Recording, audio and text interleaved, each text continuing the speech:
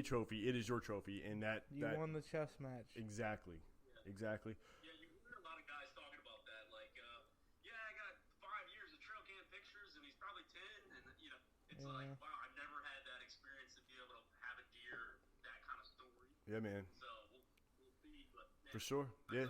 What, I learned so much more after the rut.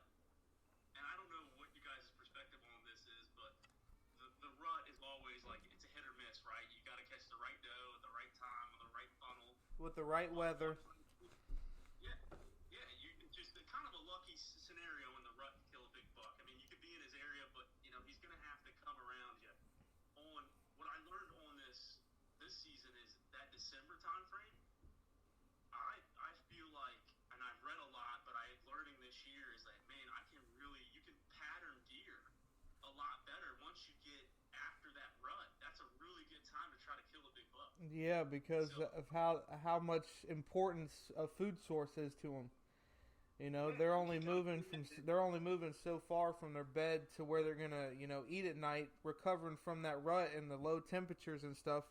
I mean, yeah, it's very easy to pattern a deer in the late season, given the pressure and stuff like that. Yeah. Right.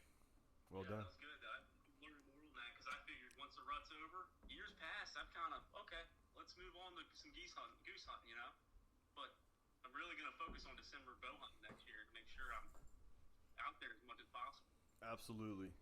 Yeah, my buddy shot a monster. I mean, dude, an absolute monster on New Year's Eve. And It is a monster. And he knew exactly what time he went, and they stay on pattern, and they kind of bunch back up, and it's crazy. It's crazy. So, hey, John, dude, I really appreciate you coming on the show, man. I want to have you in here, actually in studio. Nice backdrop. I love it. What hat are you wearing right now? I got the East Coast Waterfowlers, Virginia. Ah. Sweet. Nice. Yeah, man. Little Woody. All right, brother. Well, you got anything else for everybody, or what do you? What's your final words on the live stream? I mean, if there's anybody listening that's like new into hunting and is in the Virginia area, get on the Virginia Department of Wild Game and Inland Fisheries website and check it out. Like, there is a lot of resources on there, seminars, camps, how to can deer meat. Like, there's an app called I think it's Powder Hook. And you can find other people like-minded in your area that are like mentors to help you get into the sport. So if there's anybody out there that's a little bit nervous about getting into bow hunting or any hunting, check those websites out. Check them out. There's a lot of good information to learn a little bit more. So hell yeah, absolutely. All right, man. Hey, I appreciate it. Thanks for coming on. Thanks, guys. Appreciate it, man. Y'all have a good one. See you, buddy. All right, buddy. Take it easy. That was awesome. That's really cool. Yeah, man. To see how different other people go about their hunting. Just a different perspective and different way of looking at everything. It's crazy for sure. And he's right. I mean, these December, especially in certain areas, there's a lot of times like post rut. That's when you really find out what you are really made of and see what kind of intel that you have taken in. And well, not only are they going for food in December, but I mean, the post-rut is right around that time, too. Right. So, post-rut is, roughly a month from prime rut, the first rut, So, if your prime rut is the 8th of November, right, you should start looking for post-rut signs, December the 8th. Yeah. Somewhere right in there, a month away. And, Dude, it's a looked over part of the year for sure. Post-rut, anyone who says post-rut isn't a thing or it's just a gimmick or whatever, I have a first-person viewpoint to say post-rut is real or second rut is real. Like, it is real. It's real for 1,000% real. So anyone who has any doubts, you're just not in the right place at that time. This rut, we had great weather for this rut. Yes. Our temperatures were, when you look at the Weather Channel and you see the temperatures going like this, that's going to be a really good rut. But if you didn't notice, towards the end of the year in December and stuff like that, it warmed up and it was more like this. There wasn't any drastic change in temperature, so that could have affected the post-rut as well. Yeah. or the secondary rut as well. Right. You still need this, you know. Yeah. Everything relies on weather and you know, the rut is going to happen the same time each year in your area. The only difference is if you're going to see a extreme rut is if you have good temperature. Exactly. If you have mild temperatures and not a whole lot of, you know, drastic changes, you might not see that rut like you have in previous years. So there's Right. something to think about. I'm going to actually look at next deer season the exact opposite of the way I've looked at deer seasons in the past. And I'm going to go ahead and say I'm going to challenge myself, and I'm going to challenge our group to get the pattern of deer pre-rut, find out their patterns, because they're not splitting up really. I mean, still, you know, some pre-rut, whatever, you know, you'll get some splitting up, but pre the actual real rut, and then post-rut, you pattern them, and then you look at the rut itself as being like the icing on the cake or the wild card in the game. Mm-hmm. So you pattern the deers, figure out what they're doing, and then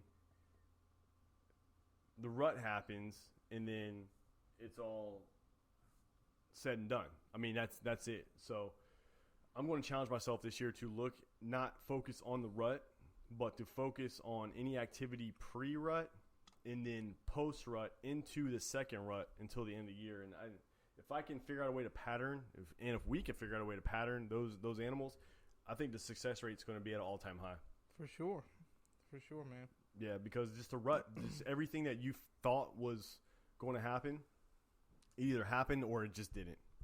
So, but that's it. So, deer season's over. You know, some spaces or some locations in this area still have the antlerless deer. The doe season, which still goes on. It's got a little bit less of a buzz. A lot of people are still worn out from the actual antler season, and it was a long season, dude. It is. It always feel goes exhausted. by really quick, but you're drained at the end of it. Yeah, exactly. Drained and out of shape is how I look at it. But a lot of people are now transitioning into waterfowl, and you know, we're on the East Coast. I mean, we might not be exactly where we're at right on the Atlantic Flyway, but we are right there, and we are getting some birds coming in. There are some areas, especially maybe southern eastern Virginia, that are just getting good bird numbers. And then I've actually heard numbers this year for some reason at an all-time low. I don't know what's going on, but what have you heard about I've heard it's the been waterfowl? rough, man. Yeah, I heard. But it's been then dry. again, I mean, like I said, we've had a mild December and January. The weather hasn't been that cold, you know. So we never got that real drop. we get really cold temperatures in February and March. For some Right, reason. and it seems like right when the Mhm. season's ending or Yep. over with is when we do it. Yep. And do you think the Inland Fishery Department is doing that on purpose? I don't know, dude. I can't see they would be doing that because a lot of I don't you know. fork dude. out a bunch of money to get into waterfowl. You got the HIP, which is free, and then you got the state tag, and then you got the Federal tag. federal Yep. federal stamp, and you know it's there's a lot of money being pumped into waterfowl and preservation and all that, and it's just the numbers just aren't showing up, especially like they were like a couple years ago. I mean, everyone They're was not a waterfowl trying hunter. to get anybody to inland fisheries. Mhm. They're just trying to look after for what we love, you know. They're Right. not. They don't have any bad intentions, you know. What they're doing is What they you know, think is probably best for the you know, probably for the best. Exactly. So, I mean, just stick it out and see what happens, you know. Yes. So I'm going to go ahead and still continue with my waterfowl and still be bow only. But okay, No, I am joking about that. I'm going to. you better bring a lot of arrows. No, but dude, so we were talking a couple shows ago about really transitioning into the predator game, and there's a couple signs to know. Those of you who are looking to get into the predator game, the coyote, maybe even the fox, a little here and there. The fox is kind of just there, but people wanting to get into the yotes, and there's a couple ways to tell if you have coyotes on your property.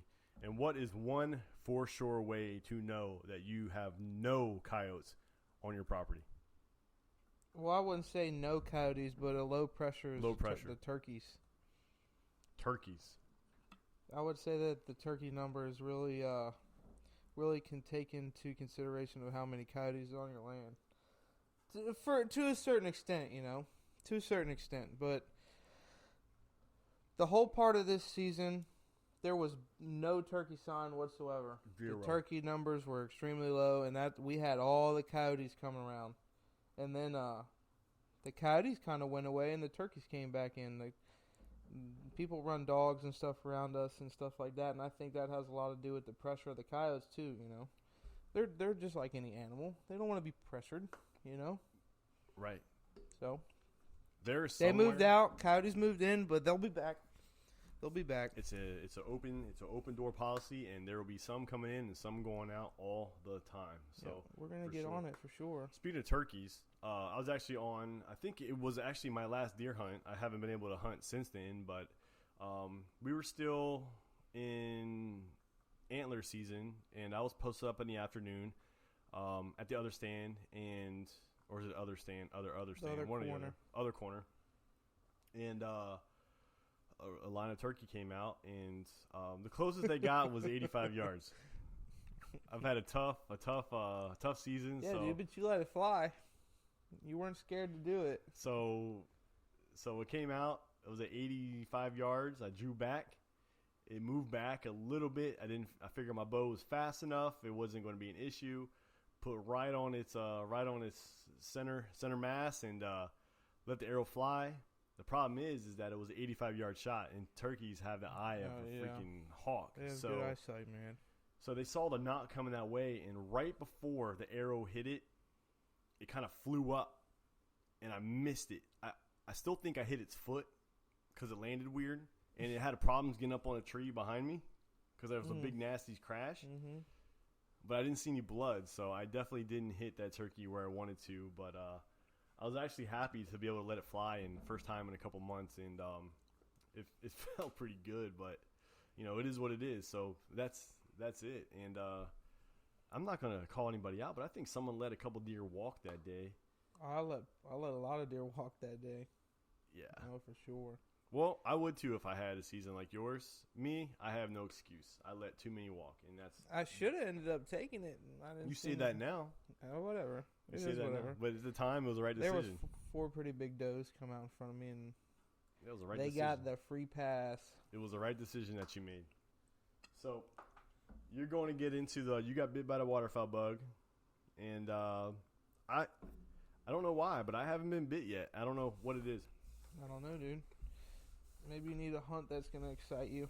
I've been asked to go on a goose hunt on Saturday, but here we go. I don't know if I want to go, dude. Waterfowl hunting? Yeah, it was a goose field hunt. Ooh, I'd like to do that. I've done it before. It's fun. Actually, it's a goose field and water hunt that you're pretty familiar with. But I don't know if I want to go, man.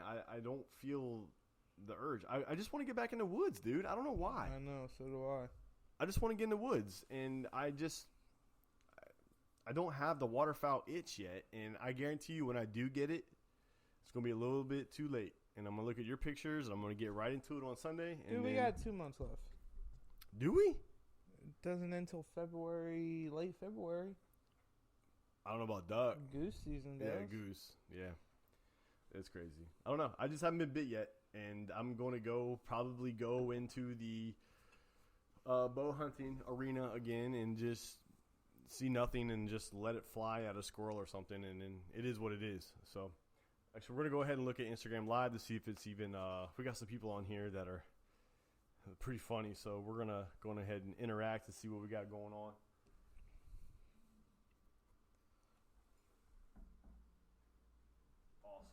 Yeah, it's always good. Yeah, we've got some people here who are able to we got someone on here who was able to actually meet up and work with the landowner to build stands and do some things for the owner, keep the camaraderie and keep the good stuff there. So that's awesome. That's really, really cool, and that's super important. Don't burn your area up, man. Don't, because you're gonna not burn it up for yourself. you're gonna burn it up for the next person who comes up. And this is a hunting brotherhood, and with the things that are going on right now as far as the sanctions and things like that, we gotta